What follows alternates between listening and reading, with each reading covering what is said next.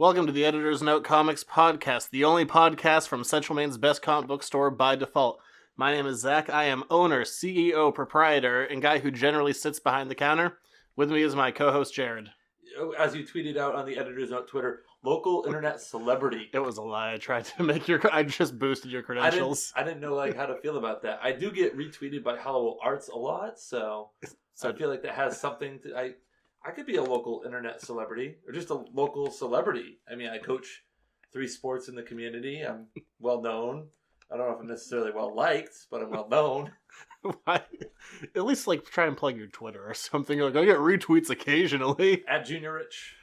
You've had that forever, since the instant messenger days. Yeah, you're really stuck there. Yeah. Found a name, gonna stick with it. If it's not broke, don't fix it. All right. Okay, this week, just like we do every week, which we've done for 2 weeks, which means we've done this for 2 whole weeks more than I thought we would. We're sticking with it. Starting off with the news. Again, not actually news, not world important stuff, just things that I found interesting. Well, I mean, it's important stuff to pass along. Suicide Squad. They're doing reshoots. And this is the reports were that it was to add more humor. Really? So, reshoots this close to the release date, though, is... It's not uncommon. Well, it's not uncommon, but it's interesting. So when they... Apparently the test audiences needed a little more humor in it. I guess they wanted it more like... Where were these test audiences for Dawn of Justice?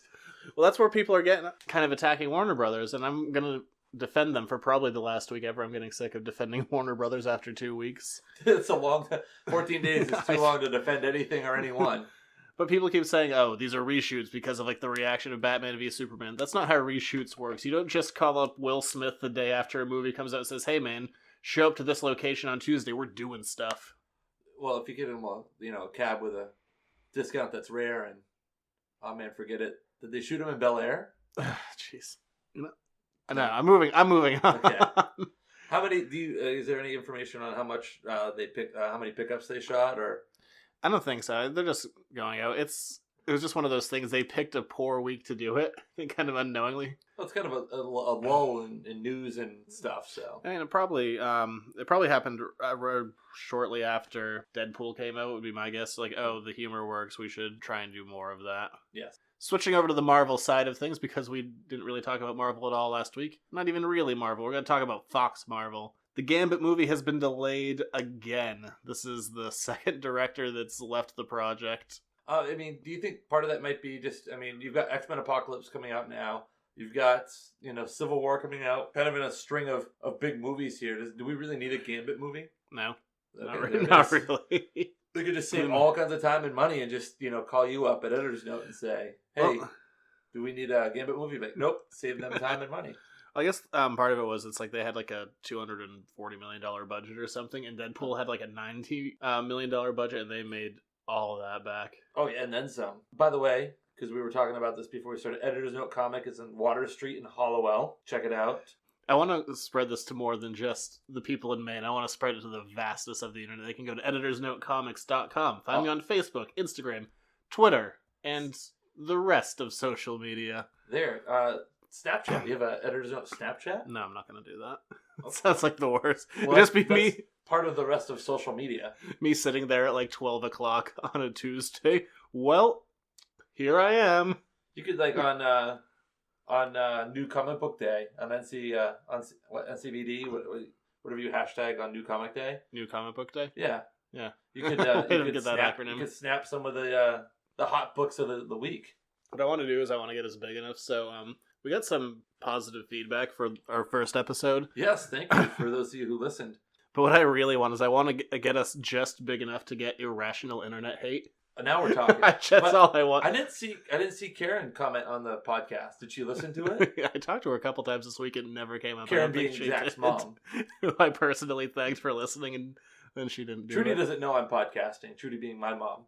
I think you can just say my mom. My mom. Well, I feel like I'm on a first name basis with my mother. As long as her name isn't Martha. Yeah, Martha. Why did you say that name?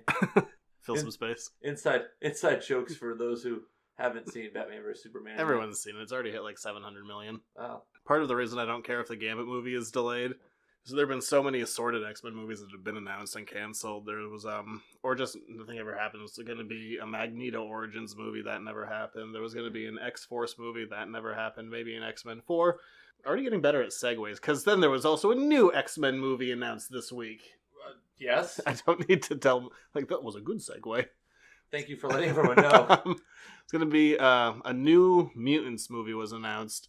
They've already, some casting was rumored, like having Maisie Williams in there from Game of Thrones fame. Going to continue the character of Storm from the Apocalypse movie, Ileana Rasputin, and Sunspot, who was already seen in Days of Future Past, so probably a younger version of him. Mm. And again, I don't care. I'm kind of done with the X-Men movies, even though the last two have probably been the best. Yeah, I like Days of Future's Past. Of course, that's one of the major storylines of all time. And I loved how they were able to combine the two casts. It was kind of like a passing of the torch in some ways. I still liked First Class. I thought it was cool.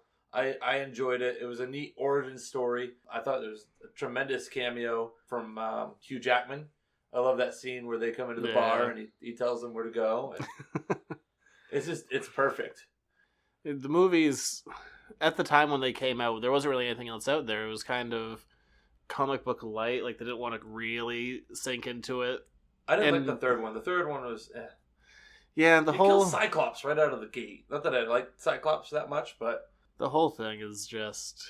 It's kind of boring when you compare it to the Marvel movies. They kind of move along at a slower clip, and I'm just kind of done. But they have Patrick Stewart and Ian McKellen.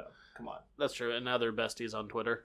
They're besties everywhere. Of course, I'm a huge Patrick Stewart guy because I'm a big-time mark for Star Trek The Next Generation. I'm a moderate fan. I mean, there are episodes that come on that you can, within the first 10 seconds what episode it is. Oh, this is the episode that, Wesley gets yelled at. So that's the first one. Seasons he was in. Yeah, the first 44 episodes. Yeah, pretty much. Did you know that at one time when the crew was asking for raises, and they were giving it to them, but they were giving some raises, but they couldn't afford everybody, and they offered Will Wheaton, and they said, instead of giving you a raise, we'll promote Wesley to lieutenant. And he's like, okay, I'll tell my landlord when I can't pay the rent that at least I'm lieutenant on his starship. Well, he was a sassy 16-year-old. Yes. No denying that. Kind of going off of the regular Marvel Cinematic Universe, Doctor Strange wrapped filming this week. They finished up filming in New York. There was a lot of pictures of them on the street doing stuff. I like his collar. It's really high. Thank you. They just went all out on the costume. I like that. It was... Yeah, this is what I talked about. I just stumble over words. So this will never make the podcast. No, I'm going to edit this out. Or maybe I won't because I said that. Jared's easy to edit around because he just says two words, says and then says two more words, and I can cut all that out and make him sound like he's a really fast talker. I just stumble over the first few words of a sentence and power through, which isn't as easy to edit around. It may or may not have had anything to do with the half bottle of whiskey you consumed during the last podcast. Oh, I'm definitely cutting this out now. No one will ever know. Revisionist history. All right, so I like the Doctor Strange costume. They didn't really apologize for the character. It's like they got the Eye of Agamotto. They got the cape that's going up to his neck. I'm excited for it. It looks really trippy. Again, the wave of comic book movies and the different origin stories. Again, I think it's going to be interesting. I like, for me, that's how I kind of get introduced to some of these characters. It's how I was really introduced to Iron Man with the first Iron Man movie, which I thought was spectacular. That one still stands up for me, the first Iron Man movie. The same with Spider-Man. I was a huge Spider-Man fan around the movies with Tobey Maguire. So I'm looking forward. I look forward to some of the good origin story ones. Deadpool was cool. Although he already had, Ryan Reynolds was in one of the Wolverine movies as Deadpool, but he really wasn't Deadpool yet, and so on and so forth. But I like some of the origin movies and learning about some of them and following the story arcs that way. In the last podcast, you said you were done with origin movies. You're a flip-flopper. You've gone against your word. It is an election year. I'm pandering to the people. You've gone against your word. You also started off... In my defense, I was tired of seeing Batman origin stories on the movie screen, and I was tired of seeing Superman origin stories. You also changed your mind in the middle of that podcast. You're like, see it in theaters. By the end of it, you're like, I don't know. Well, it's election season, and I'm pandering to the people. Unrelated to comic books, Dave Bautista tweeted out a picture of him with a paper unicorn. Yes. And then it was confirmed he's in Blade Runner 2.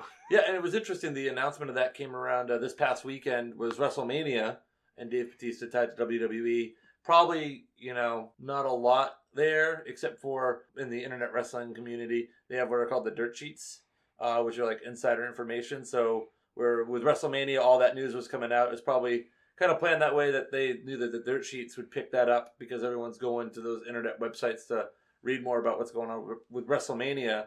So to be able to slide that in, and that popped up on a bunch of websites there, so it kind of spread that out a little bit. That help. They are making another Blade Runner movie, and Dave Bautista is going to be in it. So do you have to pay for WrestleMania?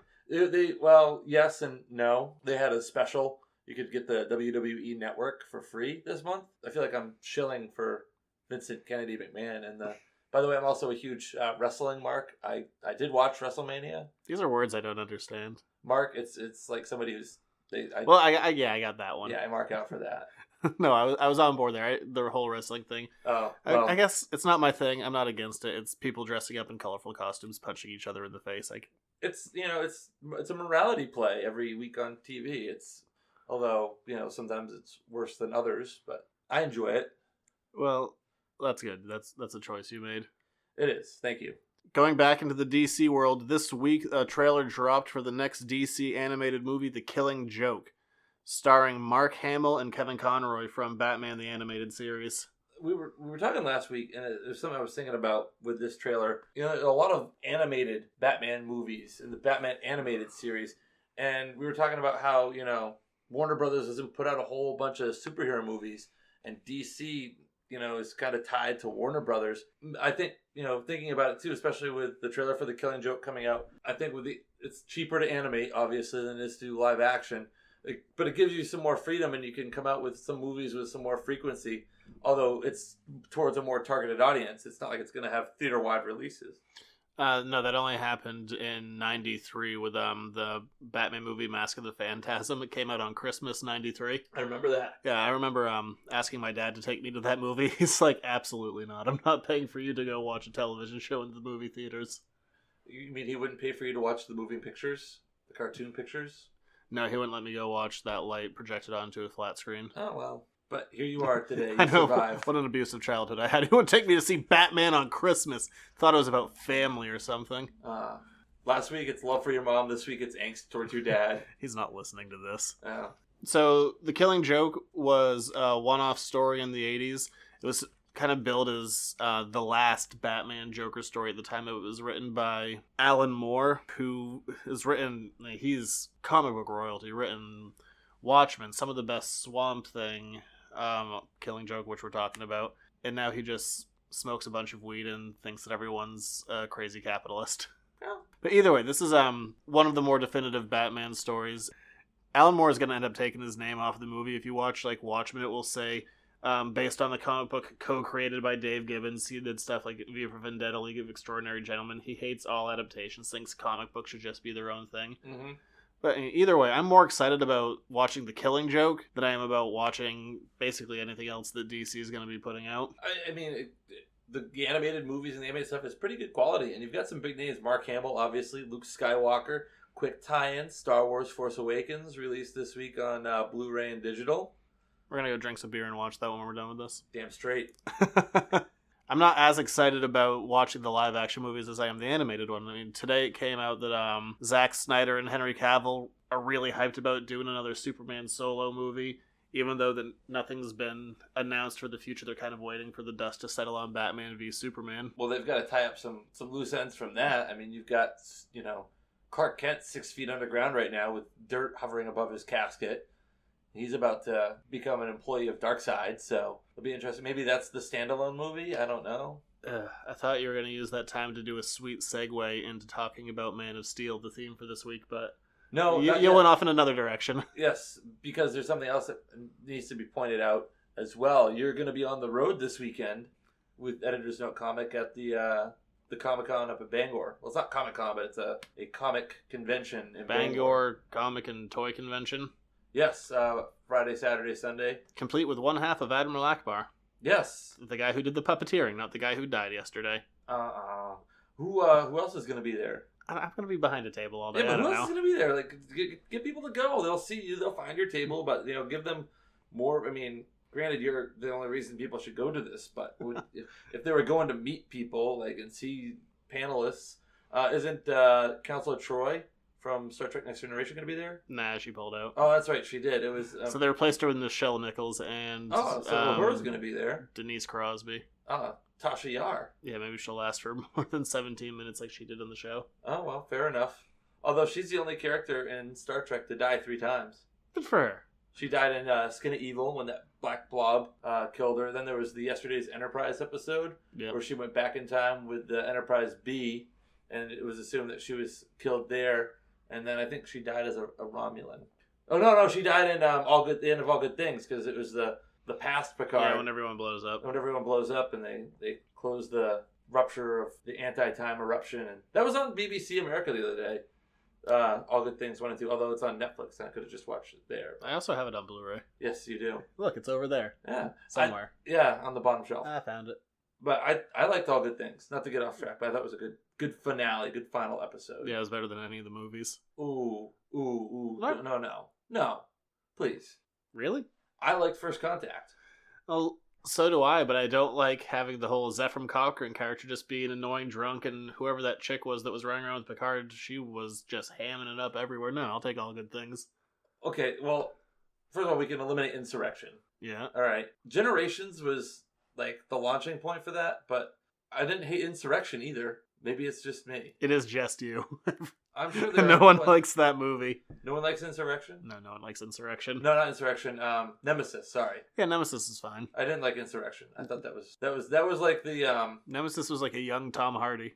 Well, yes, Nemesis was young Tom Hardy, but Insurrection to me was more like a modern Voyage Home, where that was like save the whales, our environment's important kind of movie. That was like the same kind of theme with that one. Generations felt like a special 2-part episode to me. Granted, it was their first feature film, but I really liked First Contact. Yeah, most of it's good. It's the first time they really explored Picard, really after, post-Borg. Granted, there was the family episode after. After where he freaks out, no! Oh, yeah. No! Shut up. The line must be drawn here. Yeah. We digress. Oh my god, we had such a sweet segue into talking about Man of Steel that fell apart so long ago. Let me tell a little anecdote, and that'll get us into Man of Steel.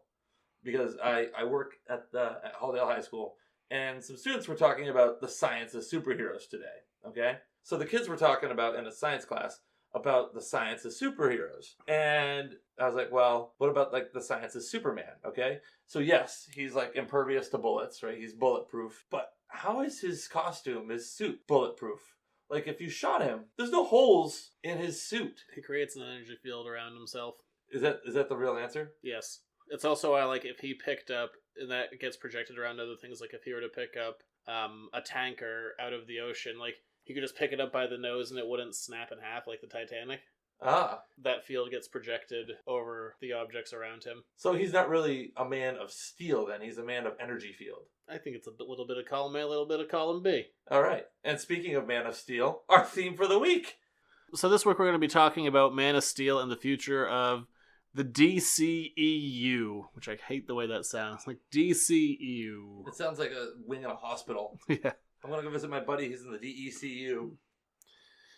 But coming off of Batman v Superman, we have a little bit of a better idea where this world is going. And I want to go back and look at Man of Steel and kind of talk about the impact that movie had. I mean, when it came out, I didn't really care. I didn't end up seeing it until it was almost out of theaters. I saw it like at a 1 p.m. matinee on a random Saturday. Which is unlike you for like a comic book movie of like that magnitude. Yeah, I do. Being a guy who's read all the Superman books, I would have thought that you would have, been all over that initially. I just didn't care. I don't know why. There was just watching all of the promo stuff, and maybe it was the word of mouth, but it just wasn't getting me excited. Fair enough. That movie in general, my thought of it, it's a good movie, but it's not a good Superman movie. Explain. Everything can have its own interpretations. That's what everything should be. It doesn't need to be watching a comic book panel for panel. That would be boring. I have comic books. I know what happens there. What the movies need to do is they need to get the essence right. When I pick up a Superman book, I know what that character feels like. I know what I should be doing. If I pick up a Batman book, I know how that should feel. Everything has its own feel and its own reaction. And Superman, Man of Steel, I didn't mind as a movie, but that was not a Superman movie. In the same way, I'm going to say it now, I've never seen a Batman movie. Wow. Those are bold claims. Well, granted, you are an avid reader of the comic books. I am not. I just don't know how you wouldn't see that as a Superman movie. I mean, we had, I kind of enjoyed Man of Steel. Maybe it puts me in the minority, but I like that we got a little piece of Krypton. It gave us more about Jor-El than the original, Richard Donner movie did. I mean, that movie, I don't think it's a movie that's aged well, but it at least feels like Superman. That has that kind of feeling of hope, and it gets the essence of the character right. Where Man of Steel, like, that's not Superman. Emo man. Closer, I mean, he's just this kind of moping, brooding loner. It's fine for Superman to discover himself, but he still needs to feel like Superman at the end of the day. I think there's a difference, though, between this generation and that generation of young people and people that movie caters to. I think in the late 70s, early 80s, the Cold War was going on still. We had beaten Russia to the moon, and, we were latching on to those American values. It's, us versus Russia, and, American supremism, and, we are better, and it kind of gave us hope and pride and something to be in. And I think nowadays, for better or worse, I think we kind of live in a culture of fear. We kind of live in a culture of unassurance. I think that the movies reflect the times that they're in for the best part. And I think that, especially with some comic book stuff. And I think that that's what Man of Steel kind of was latching onto too, is we live in uncertain times. And that movie kind of reflected an uncertain Kal-El and learning his place in the world and where he's at. In the late 70s, early 80s, it's America. Yeah, but kick ass. If we're going to have a movie that bald eagles up the wazoo. If a movie's going to exist in the world where things might stripes shooting up my hands, you got nothing. No, I don't. That movie's going to exist in a world where things feel dismal. That's when you need the hopeful superhero. That's where you need the guy who's the opposite of that, where something to turn to, and not just the guy who's like, everything sucks. Well, think about the movies like right around the time that, like, before Star Wars came out in 77, right? I mean, movies before that, they were kind of down. You had, the Poseidon Adventure. You had the Towering Inferno. The movies matched the time. It was kind of, we were really in the drugs of the drags of the Cold War. And, there was Korea and Vietnam. And we were just kind of worn out, right? And then Star Wars comes along. And it gets us fired up and inspired in the late 70s. And all of a sudden, we're starting to, not saying that Star Wars changed America, like, make us, like, all the better. But, it kind of gave people wonderment and awe again. And then Superman, the same thing. We're starting to turn into the 80s, a little bit of some hopefulness coming out of sweet cocaine and shoulder pads. Wow, I wore shoulder pads when I played football. Cocaine, don't know much about. Anyway, but yeah, I agree. Like, sometimes when you go to the movies, you want to see something that's going to lift you up. It's a getaway from the real world. But I think that sometimes we relate to those things better when they feel more realistic.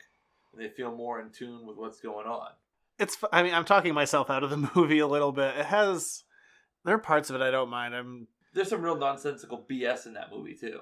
I think, and I said this with Batman v Superman, don't give Zack Snyder dialogue. He has Lois and Superman making out in the sky, and she's like, they say it's downhill after the first kiss. No one says that. No one has ever said that. Yeah, I haven't said that, so. But no, I agree there. And you are truly a litmus test for the world. Then, he wraps a guy's semi around a telephone pole. That's a pretty sturdy telephone pole to hold up that semi. Well, the whole thing, he destroys that man's livelihood. He does. There's something about this Superman that is out to ruin it for everyone. He did it so quietly, too.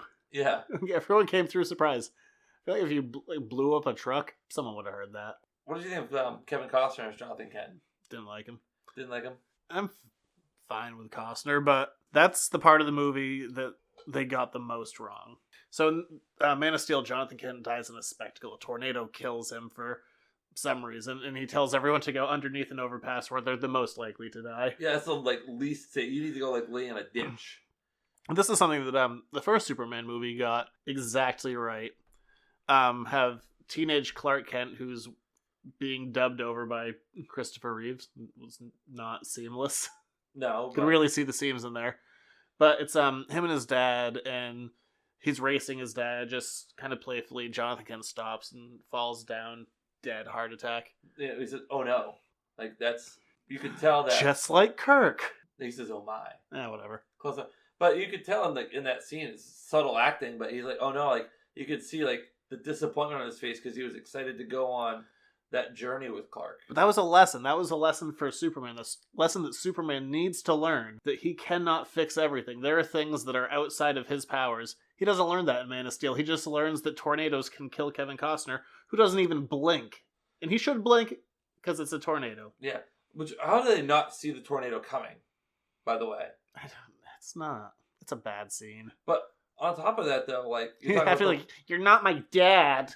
Shut up, I don't care. You're not my real Jor-El. You said, like, the lesson that Jonathan Kent teaches him in the Donner movie, that he can't change anything. Superman friggin' reverses time. Yeah, he should do that more often. And when he reverses time, like, all the bad stuff that happened, that he didn't intervene in, still happened. Like, the Hoover Dam still broke. But that was... But it didn't break when he reversed time.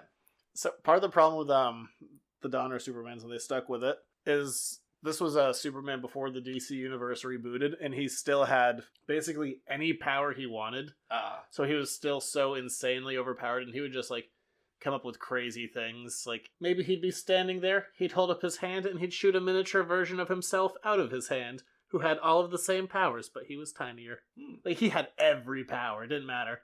So the whole reversing time thing before DC did their reboot wasn't as far-fetched. With a little bit of a depowered Superman since then, you're not going to see that. But at the time, Superman had really any power he wanted. But I mean, Man of Steel, it sets a tone. It does something that I'm so sick of, the idea of the dark, gritty reboot. But the movie came out, it divided people. It was fine in the end. It kills Zod. Yeah, If I ruined Superman, if I just ruined Man of Steel for you, then I'm sorry. If you didn't know that that's what happens at the end. I think everyone knew there was enough of an outcry. If you're listening to this, then you know. Yeah, probably. And the complaint that I always hear, or the thing that people always point out about it, like, oh, Superman didn't have a choice. Like, he's not real. This is something that you're writing. Put him in a different scenario.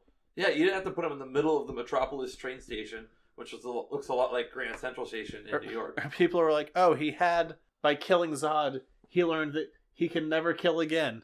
I didn't need to learn that lesson. I didn't I just killed a man. Now I know it's wrong. You just don't do that. Yeah. Especially Superman. If you go and kill somebody now, you can't go to court like, I know it's wrong now, Your Honor. I won't do it again.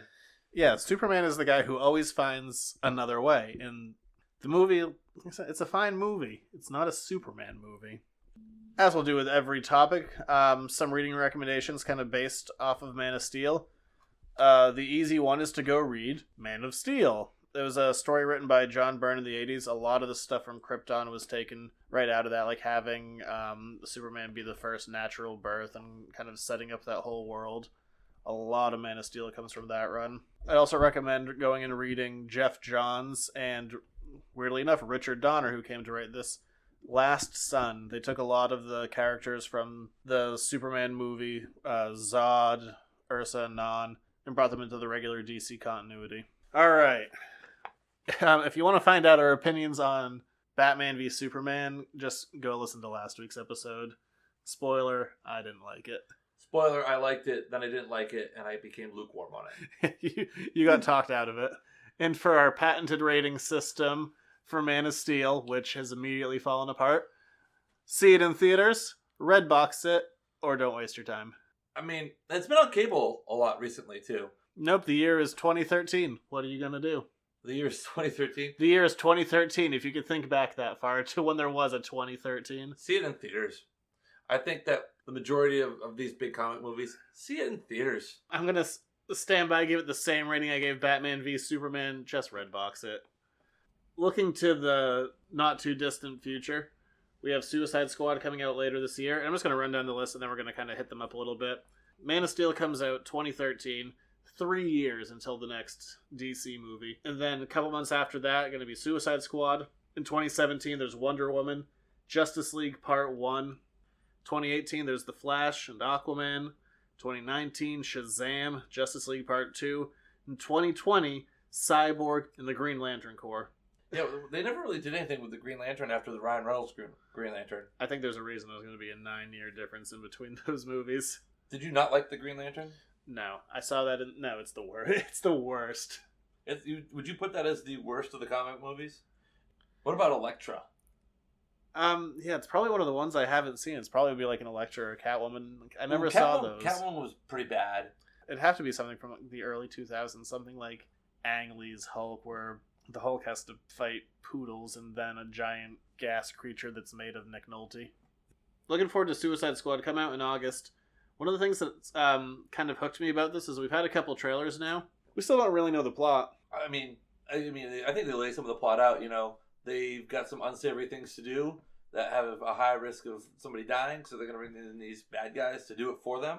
Yeah, but they don't say what they're doing. I don't know. Suicide Squad, that's kind of the code name for it. The group is officially referred to as Task Force X. They're so it's kind of the scapegoat that DC used, like, because you'd have all of your superheroes going around capturing villains and putting them in jail, and then they'd pop up in another book somewhere 2 months later. So what DC did is they created this group, Task Force X, or the Suicide Squad, where all these characters would have life sentences. Then they'd have the chance to reduce those by going off and doing these suicide missions. And they're kind of kept in check by they can't just run away because they have a bomb implanted in their head. And I mean, that's really all I can say about the movie is just general Suicide Squad stuff. There's some heavy hitters in that movie, though. Jared Leto, Will Smith. Yeah, and I think they're probably going after the Joker, but we'll see. To be my guess, or maybe we don't know. Well, I mean, it looks like the Joker's part of the Suicide Squad. No. No? I don't think so. I think he's too much of an unpredictable character to even do something like that. Well, I mean, we're interested to see how they tie it in Batman v Superman when you see Robin's costume. Yeah, maybe they might be getting into the death of Jason Todd a little bit with this. And it'd be interested to see what Affleck's role is in it, if it's big or not. No, I can't imagine that it is. What's weird is it came out this week that he's only contracted for the 2 Justice League movies, even though he's going to be in the Suicide Squad movies, so who knows? Yeah, and again, I wonder if he's going to be soured a bit by the mixed to negative reviews on Batman v Superman, because he was really up on it, and then did you see the interview? Yeah, I was going to say the Sound of Silence one. Oh yeah, Regis is there, and Henry Cavill's trying to be positive and play it off and be positive, and he just looks so sad and so forlorn because he's always wanted to play Batman, and now he finally gets a chance to play Batman, and it's a movie that has critically bombed in some circle, quite a few circles. Suicide Squad is going to be directed by David Ayer. I think I've only seen one movie he did. He did the movie Fury, that tank movie that came out last year. Oh, with Brad Pitt. Brad Pitt, yeah, about World War II. Yeah, but what was weird about that movie is it had Shia LaBeouf in it, and I actually liked Shia LaBeouf in it. Which came me like, hey, this guy's a good director. He made me like Shia LaBeouf. Which kind of makes me think about the new Indiana Jones movie that's in pre-production, and how they almost teased Shia LaBeouf being an Indiana Jones type character when his hat rolls around at the end of the Kingdom of the Crystal Skull. Actual cannibal Shia LaBeouf. Actual cannibal Shia LaBeouf. Have you seen that? No. That's amazing. Go look it up. Go look up Actual Cannibal Shia LaBeouf. Is it going to make me laugh? It's a song. By Shia LaBeouf? No. Oh. No, it's a great comedy bit. It's just this narrative about how A-list celebrity star Shia LaBeouf is chasing you through the woods and he's trying to eat you. Wow. Like, do you get to choose the version? Like, do you get, like, whiny... No, it's amazing. Just go look up Actual Cannibal Shia LaBeouf. I will make a note to do that. It'll at least make you happy. I'm pretty happy right now. I have a bucket of breakfast cookies and drink. I wish you didn't have my cookies. Huh? What am I going to eat for breakfast now? Like a normal breakfast, like eggs, bacon, toast. I do have eggs. Cereal.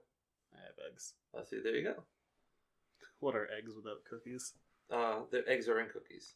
So Justice League next year, right? Well, no, that's or 2018. No, that's so after Suicide Squad, we got Wonder Woman coming up in 2017.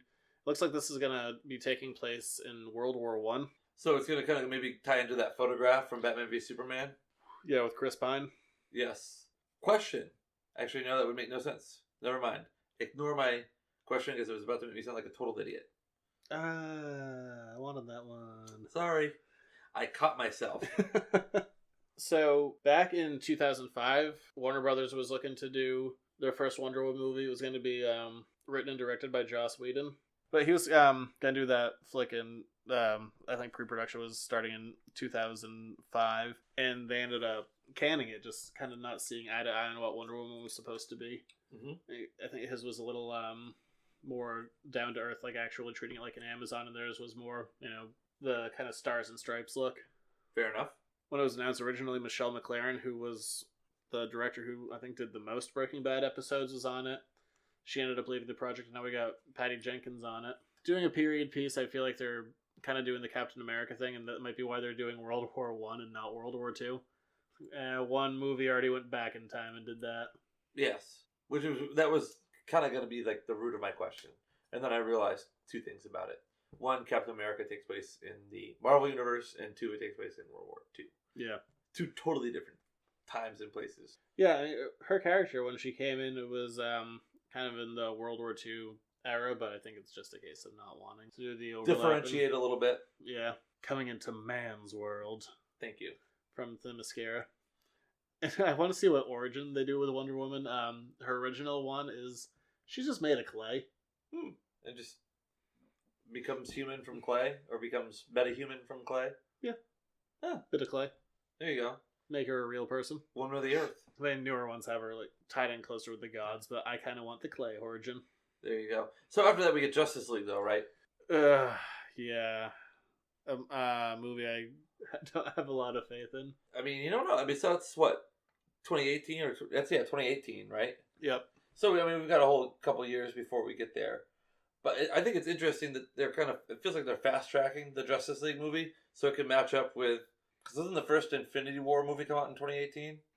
Or is it next year in 2017? When is that? Probably 2018.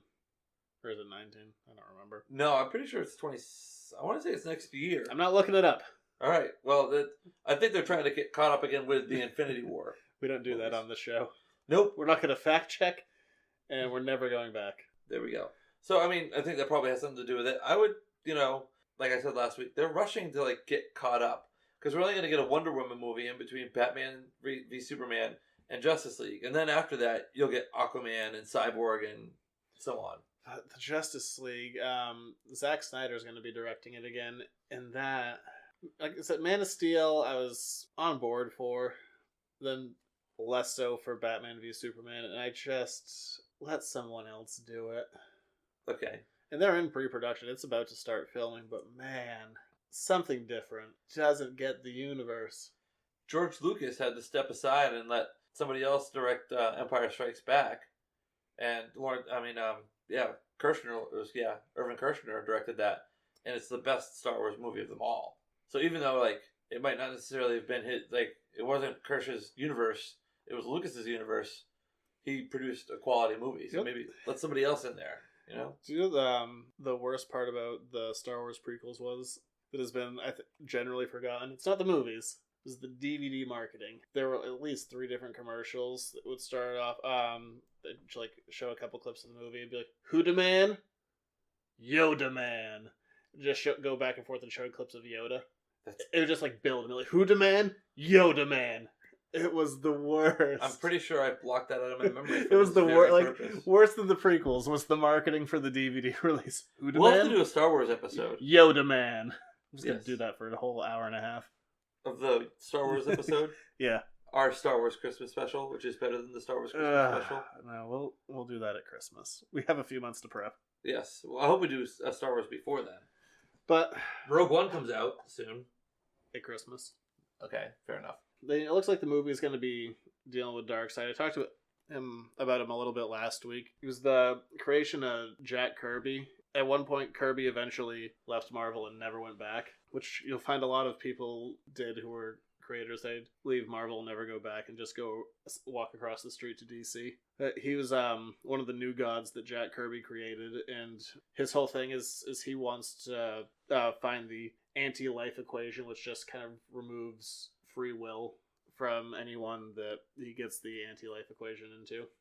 He also has his Omega beams, which are just lasers that shoot from his eyes, except they never miss. And that's their whole thing.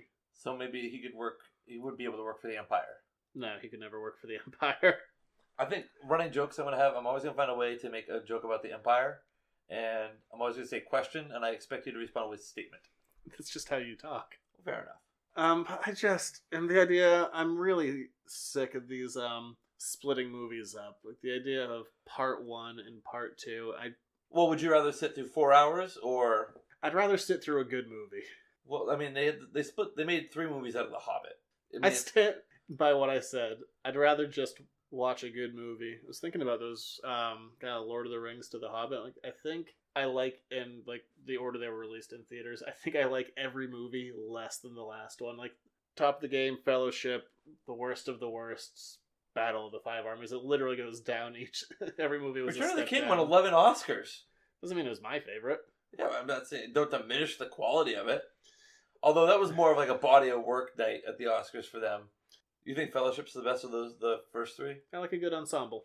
It's just how I roll. Anyway. Which is funny because I'm like, I don't want to watch the ensemble of Justice League. Then, so after Justice League Part 1 in 2018, we're moving on to The Flash. One of the things that we're going to end up doing on this show is going to just be week after week of me imploring you to watch The Flash. You're a huge fan of The Flash. I love The Flash. I'm so emotionally invested in that show. But Like, in a way, I haven't been on a TV show in years. more so than Daredevil? Daredevil I watch, and it's amazing. And it's just exactly what Daredevil should be, but it doesn't hit me on like the same emotional level. Do you think this is where DC's bread and butter should be? Doing seasons of like The Flash and seasons of Daredevil and releasing them on like third-party platforms like Netflix? I mean, they're working in different ways, which is fine. I enjoy both of them. They're both shows absolutely killed. I have nothing negative to say. Like watching The Flash, Except for the Flash that you get now in the episodic Flash, you're getting a totally different character in the movie. no, No? and that's what's annoying. Flash is referred to as what's a legacy character. There have been in the books 4 different Flashes. You had Jay Garrick. He was the Golden Age Flash. He wore a funny little hat on his head, and he got his powers by inhaling hard water. Hard water made him fast. I think I might have hard water in my house if I boil it. And it's... But isn't there a Flash in any universe anyway? Yeah, they have the whole like multiple Earths things. I mean, but then the one that most people associate with is Barry Allen. He was the Silver Age Flash, and most people kind of mark Barry coming in as the beginning of the Silver Age of comics. Then in the 80s, Barry dies. And we get Kid Flash. Wally West took over for Flash for like the next 23, 25 years, which is the Flash I grew up with. Uh-huh. And for me, Wally is the Flash. That was my first DC book that I bought when I was a kid. And then after that, we had Bart Allen, who was Barry Allen's grandson from the future, who was the Flash for like 13 issues and then promptly died. His grandson from the future. Coming back in time. Okay, got it. Flash time travels. Yes, because that was the Flash in Batman vs. Superman. Yes. But I love the Flash TV show. I'm so into it. And the idea of having multiple versions of the Flash, especially one that's doing so well. I mean, it's not the first time it's happened. I mean, when Superman Returns came out, Smallville was on TV, but they were at totally different points. Yeah.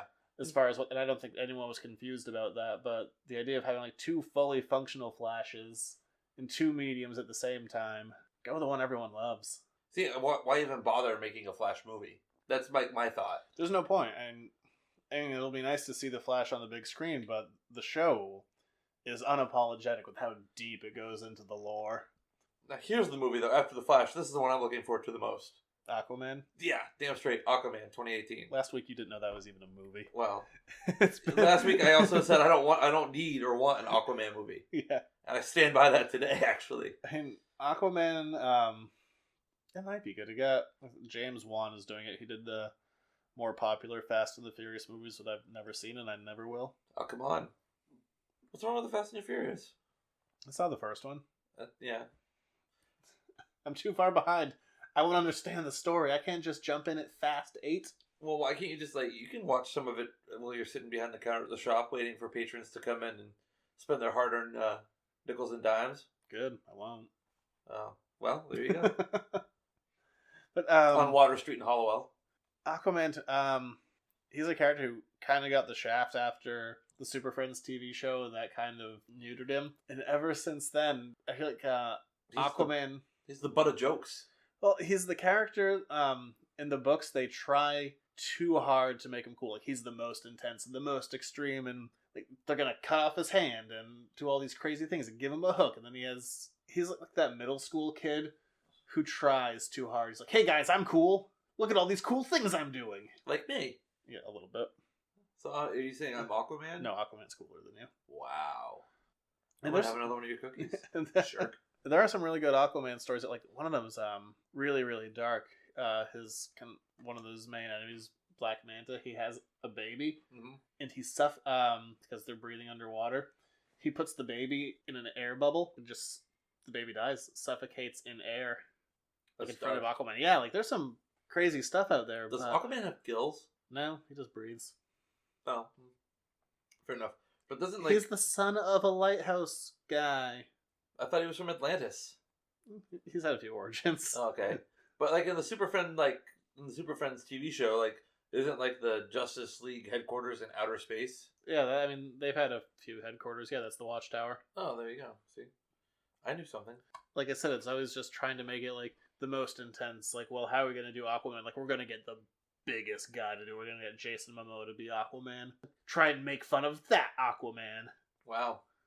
Too bad Idris Elba was already busy making Thor movies. He'd be kind of a cool Aquaman. He'd just be cool at anything.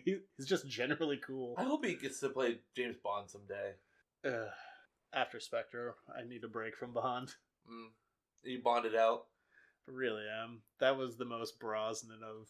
See, I like again, this is where we differ. I liked some of the Brosnan ones, because it was kind of the campy James Bond. But don't get me wrong, I think probably my favorite James Bond movie, though, is Skyfall. Yeah, I love Skyfall.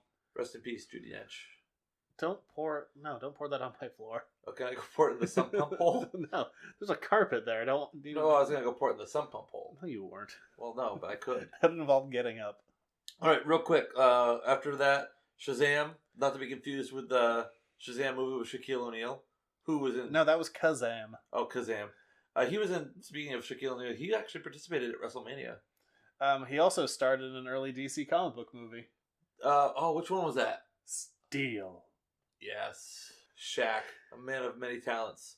Free throws is not one of them. But acting was. Okay. No. What's Shazam? Isn't that like something you like... Oh, the sump pump just went off. Yes, it did. That must mean it's like the nighttime horn.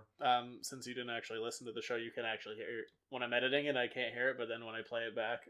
You're listening for it? No, you can hear it really... it really picks up. All right. Isn't Shazam like an abracadabra? We say abracadabra, it's Shazam. You do say Shazam, so it's this kid. I'm so glad you know so much about Shazam. But I don't know, he's kind of an interesting one because he's not always a big player in the DC universe. He originally went under the name of Captain Marvel. Someone else owned the character, and then Marvel was like, you can't call him that. And DC ended up buying him and moving him into their universe, renaming him Shazam.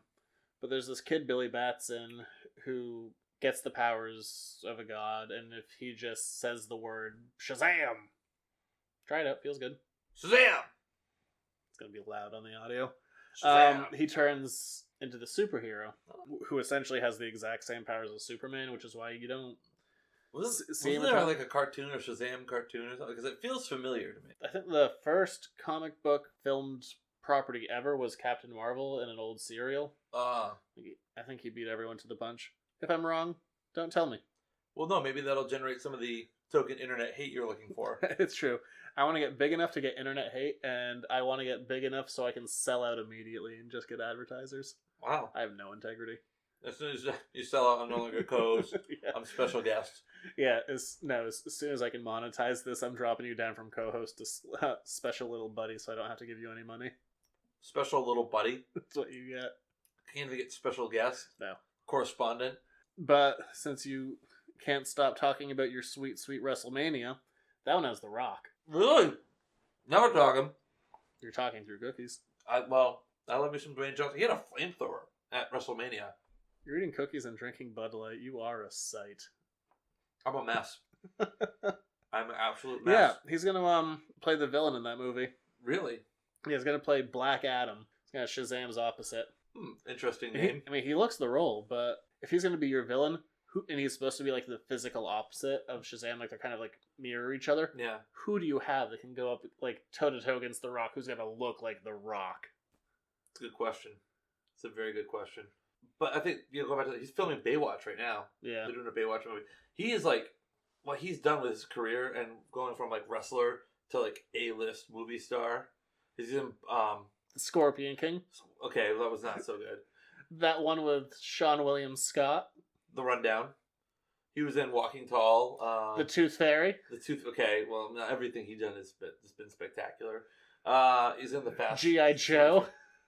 Doom. San Andreas. That was San Andreas. Wow, that was an emotional ride, San Andreas. I saw that at the drive-in. I had to sit through that before I could watch Mad Max. What else has he been in that was really good?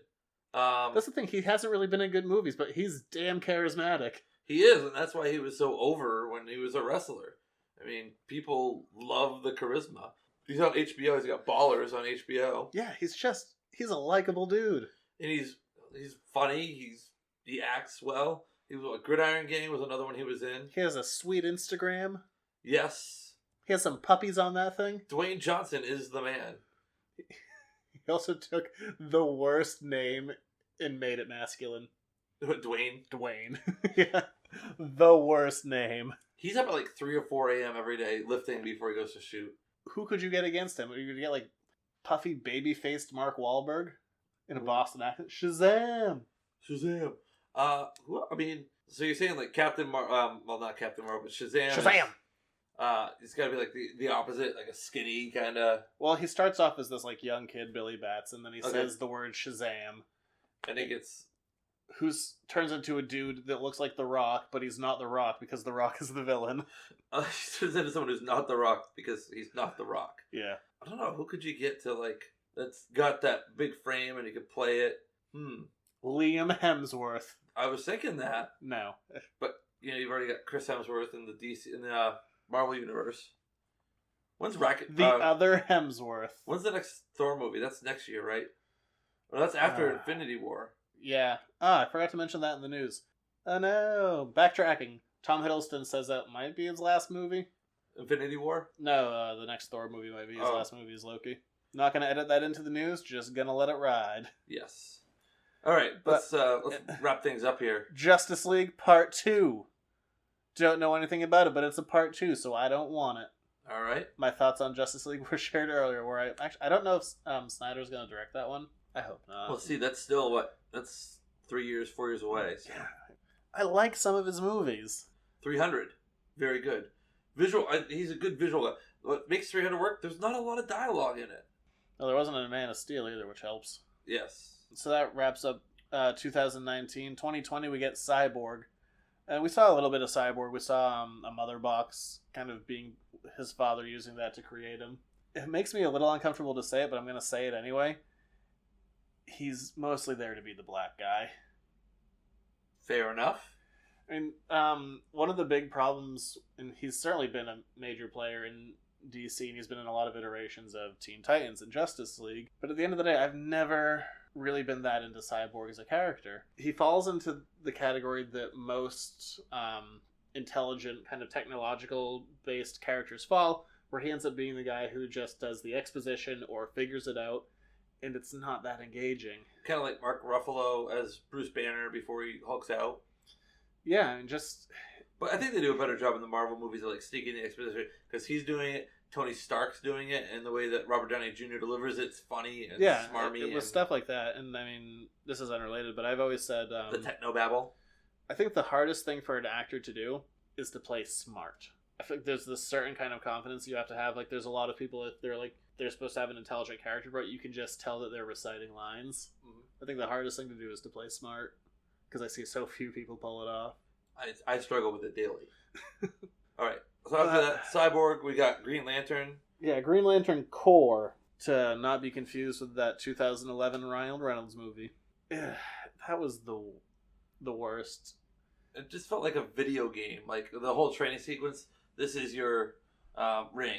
And you can do this with your ring, and you can do that with your ring. And then I didn't mind stuff like that. I mean, a lot of the extra Green Lanterns looked dead on. Like, they had Kilowog doing that training. He looks exactly like Kilowog. I don't know who did the voice acting, but he was right on to it.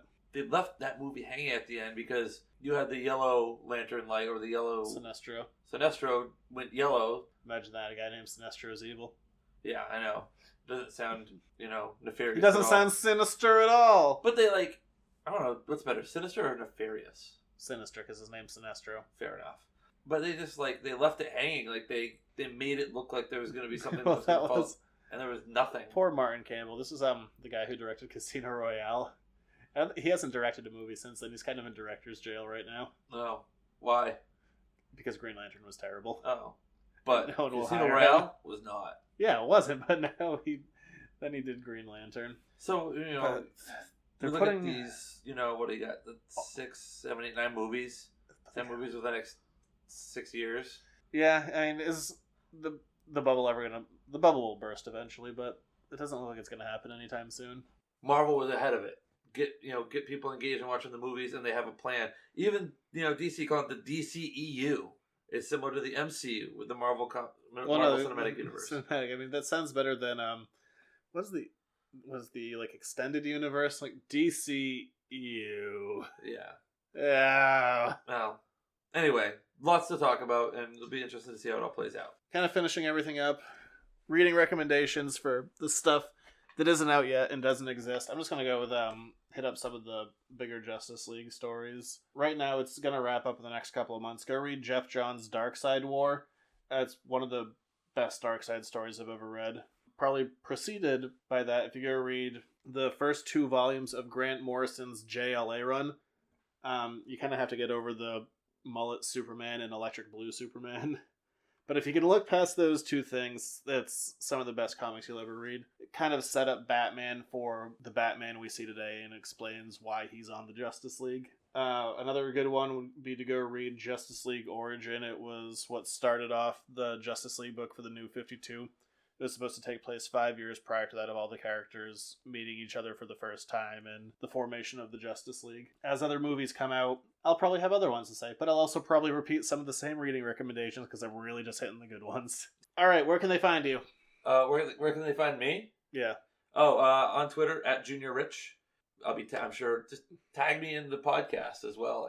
How about you retweet it this time? Oh yeah. I'll also. How about you promote the show? I will retweet it this time. If you found us last week on SoundCloud, that's not a thing anymore. Turns out it's just going to be worlds cheaper for me to host it on my own site, editorsnotecomics.com. You can find us on iTunes, which is probably where you're listening. Rate, review, subscribe. You can find me, as I said, on Twitter, Instagram, Facebook, Gmail, not Snapchat. Editors Note Comics. What are we going to talk about next week? I was thinking maybe the Burton Batman movies. We can talk about, you know what we can talk about next week? Let's talk about, because we're going to go watch it now, let's talk about some of the special features and deleted scenes and stuff from the Star Wars movie. Yeah, we can. We'll have things. We'll have things to talk about. But comic books, TVs, movies, and stuff. But go see Zach. Go see Zach this weekend at the Bangor Toy and Comic Festival. Visit him at the shop on Water Street in Hollowell. I feel like I've got a shill for you to earn my breakfast cookies. So, all right. We'll be back next week. Okay, bye.